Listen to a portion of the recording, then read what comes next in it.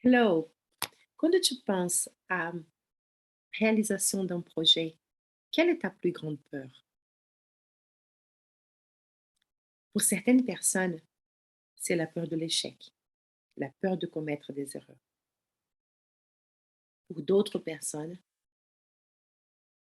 c'est attendre les moments opportuns. J'attends que ce soit les bons moments pour les faire. Ça fait partie de deux grandes fossés, de ceux qui sont dans l'intentionnalité et ceux qui passent à l'action. Tu sais qu'il n'y a pas de moments opportuns, il n'arrivera jamais. Les moments, c'est le présent. Et dans ces moments, tu dois faire ce que tu peux faire avec ce que tu as entre tes mains pour faire de ton rêve une réalité.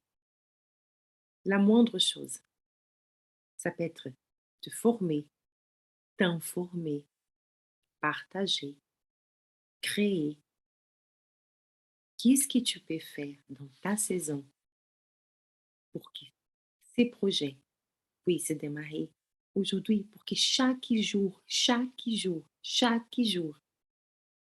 comme une plante, tu puisses prendre soin et la laisser pousser. Il y a certainement besoin d'être entouré, d'avoir un environnement propice, parce que parfois tout seul, cette motivation ne se tient pas facilement dans la durée. C'est vrai. Et ça aussi, c'est important et ça dépend de toi. De d'être intentionnel et de t'approcher d'un environnement où tu pourras grandir.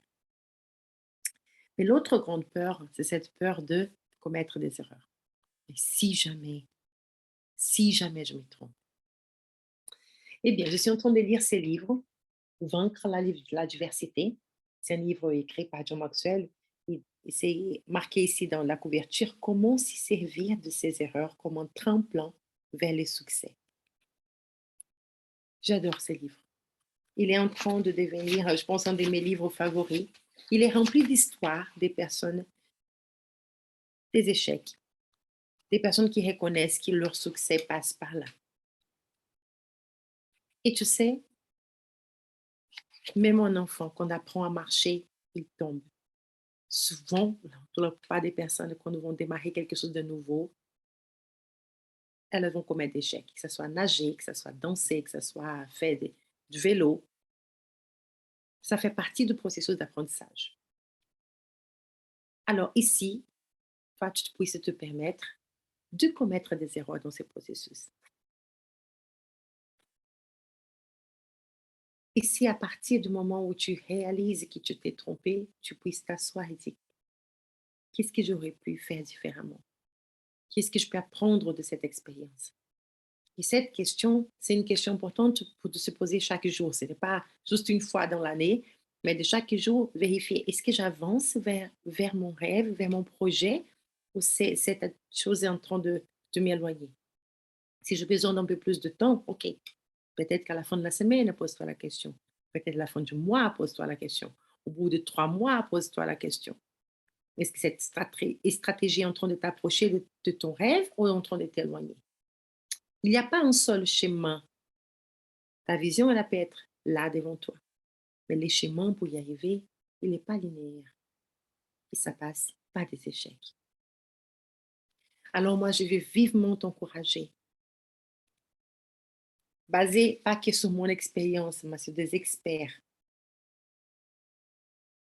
Accorde-toi les droits aux erreurs. Accorde-toi la possibilité de te tromper. Accorde-toi la grâce de recommencer. Demander pardon. De dire, je me suis trompée. Je vais recommencer. Je vais répondre. Qu'est-ce que je peux faire différemment? Et de te savoir que l'intention ne suffit pas pour ne pas tomber dans la même erreur. Il faudra parfois de l'aide. Il faudra s'y donner grâce et s'y pardonner avant d'attendre que les autres le fassent. Mais surtout, lève-toi et brille. Ne laisse pas que cette peur d'échouer, que cette peur de se tromper, que ces moments parfaits arrivent t'empêche de vivre la vie qui est là devant toi aujourd'hui. Aujourd'hui, tu as la santé. Aujourd'hui, tu as cette passion. Aujourd'hui, tu as cette vision. Commence là où tu es. Belle journée à toi.